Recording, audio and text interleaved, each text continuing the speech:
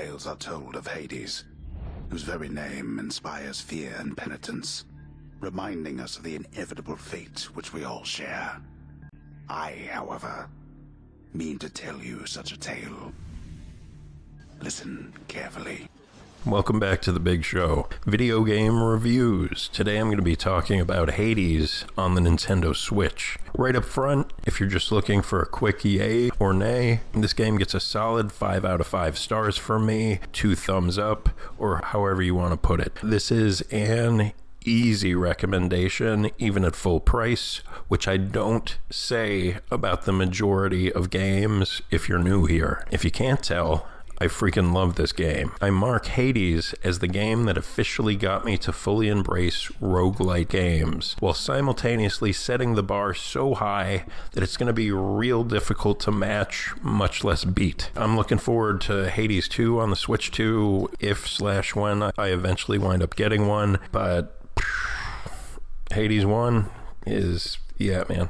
It's going to be a tough one to top. Anyways, the game has a great soundtrack, a very diverse soundtrack, I would say. Like, surprisingly, there's some pretty awesome bass guitar solos, which is something you wouldn't necessarily expect in the soundtrack for a game like this, but there it is, and it's like so nice. Anyways, it features great voice acting, well-written characters, and a story that slowly unfolds over the course of many, many runs. Even each time you make it to the end of the game, for at least the first 10 times you finish it, the story continues to unfold. You don't just beat the game and you've seen what the story has to offer. Like, it keeps going. It's awesome. I heard other people say it. I never thought that I would say this. It took me a long time to get around to playing Hades because I wasn't quite sure about it, and I was wrong for that. In my opinion, Hades truly surpasses Dead Cells as what I consider to be the best roguelite that I have played. I've heard others say that, but I didn't think they could pull it off. I didn't even really think that would be possible, to be honest, but they freaking nailed it. So, like Transistor, if you've ever played that, which is also from Supergiant Games, who are, if you don't know, a great indie developer. But anyway, like Transistor, the camera in Hades is, in my opinion, maybe slightly too zoomed out, or at least that's what I thought before I played it, which is one of the reasons I took so long to get around to picking it up. My eyes simply aren't what they used to be. I even felt that way for a little while when I was still new to the game, like after I was already playing it. I was like, yeah, it's awesome, but I don't know. Anyway, point being, you get used to it, and given a little more time with the game, I would describe it as just about as close to perfect as you can get. Speaking of getting used to things, I actually wasn't sure how I felt about the much beloved hand-drawn art style at first, but it really does grow on you. Like the game as a whole, I'm still enjoying the art style more and more every time I play it, and noticing little details or sometimes big details in the foreground or the background almost every time I play this game. Like, it's so intricate and beautiful, frankly, and it's definitely got its own flavor, which I respect. Look, I've beaten this game well over 10 times. I'm probably coming up on closer to 20. 10 times is just what it takes to get the real ending, but I've continued doing playthroughs to continue to unlock achievements, upgrades, decorations for your home base, etc. Because, and this is key, the goal that more developers should hold in mind when working on a project, Hades is just truly sublime to play. Truly, the more I play it, the more I appreciate it, still to this day. So to compare it for a second with a game that I haven't reviewed yet, but that is quite similar, Ninja Turtles Splintered Fate. Also a good game in its own right, and they both feature fast-paced combat. They both just feel pretty zippy, which is a good thing in both cases. I will say that Splintered Fate is maybe a better introduction to this kind of game. It just feels like not too simple, but a little simpler. Hades is a little more involved, but you can swing it. Honestly, I would say eventually play both games. They're both fantastic, but I would say go for Hades, man. It's great.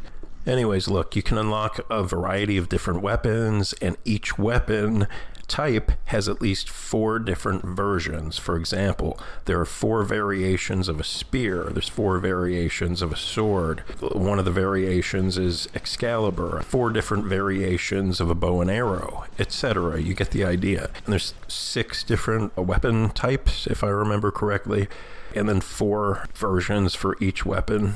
Anyway, it's a great variety. And importantly, each one of these changes how you'll play the game to a fairly significant degree. Then you'll be granted with an insane variety of blessings or like powers from the gods of Olympus on each of your runs, which makes the number of possible loadouts by the end of a run pretty insane. Like, it feels almost infinite, the number of combinations that you can do. I'm sure there's a statistic online that will tell you exactly what the number is, but it doesn't matter. Like, you'll never do all of them. You also, for people that are into this aspect of games, you can build relationships with the other characters in the game by using a gift system and by completing certain quests. And then, you know, of course, you wind up with basically benefits or item unlocks or what have you from developing those relationships. Anyways, look, I could probably talk about this game for an hour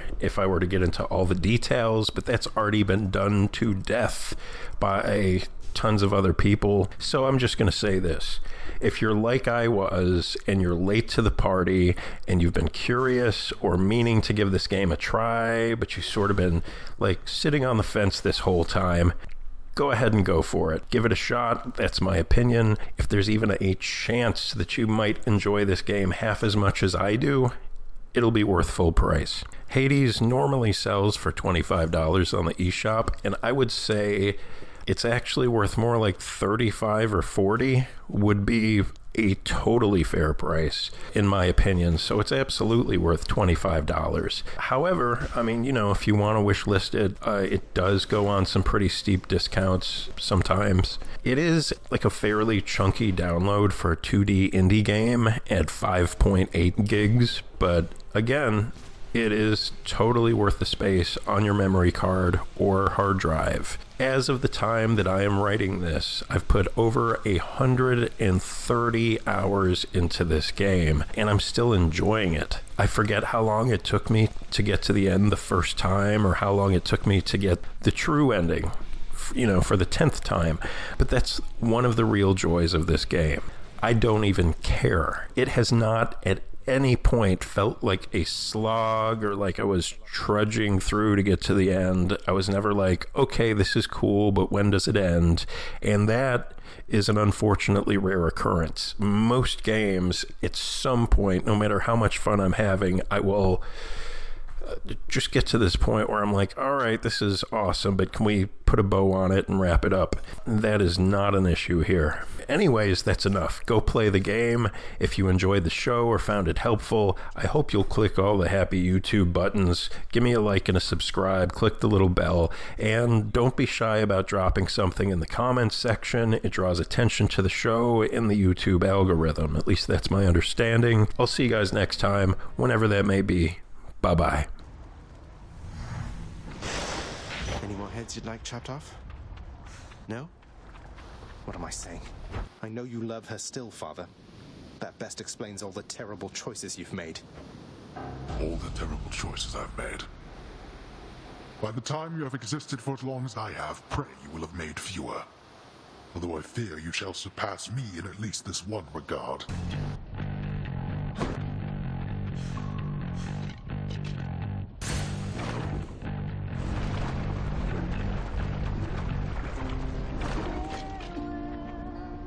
What? Singing? Here?